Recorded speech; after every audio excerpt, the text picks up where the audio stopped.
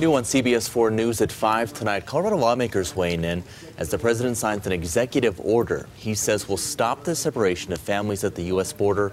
More than 2,300 children have been separated from their parents since May. Now, images of some of those children in government-run facilities triggered outrage. Lawmakers in Colorado, including Republican Congressman Mike Kaufman, called for an end to the separation. Clearly, it's a reversal, but I'm glad to see it. By whatever measure it happened, I'm just glad that let's just move on as a country. It's a very sad chapter. So we're going to have strong, very strong borders, but we're going to keep the families together. I didn't like the sight or the feeling of families being separated.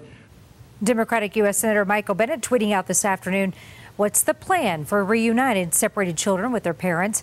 Signing a piece of paper does not solve that problem. The president's executive order happens to come on World Refugee Day. Our Sean Boyd live at the Capitol, where hundreds of people came together for refugees today. And Sean, the reaction to the president's order? And Dominic, one participant here told me they shouldn't have had to strong-arm the president to do the right thing, but that this shows the collective power of community. Not all of those at the border are refugees, but it is hard to imagine what those that are have endured to get here.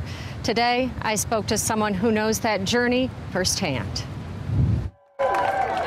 Of the hundreds of people gathered at the state capitol to celebrate World Refugee Day, one of them caught our eye. Navun Sandoval stood at the back with a sign that read, "Proud Refugee."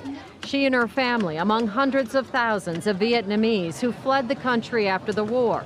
She was 3 years old when she arrived at a refugee camp where her family stayed for a year before coming to Colorado. Were there families that were separated back then? Yes, more so than not. You could have been one of those kids that's down on the southern border. My future could have been very different. But she says the Republican president then was very different than the one today. While much of the country opposed the Vietnamese refugees, there were signs like, Gooks, go back to where you belong. President Gerald Ford welcomed them. He said, these are our children. We need to welcome them here in our country. Today, the roles have flipped, the president reversing course only after the country pushed back. But Navun Sandoval says we have a ways to go. I had an incident just this morning that I could not believe came out of nowhere. Someone shouted profanities and basically told me to go back to where I came from. Despite that sort of incident, there's so many welcoming individuals here, and I feel the love and support. Navun Sandoval tells her story all over the state as part of the Colorado Refugee Speakers Bureau. She says they used to get 1 to 2 requests a month for speakers. These days, they get 10 to 20 requests a month.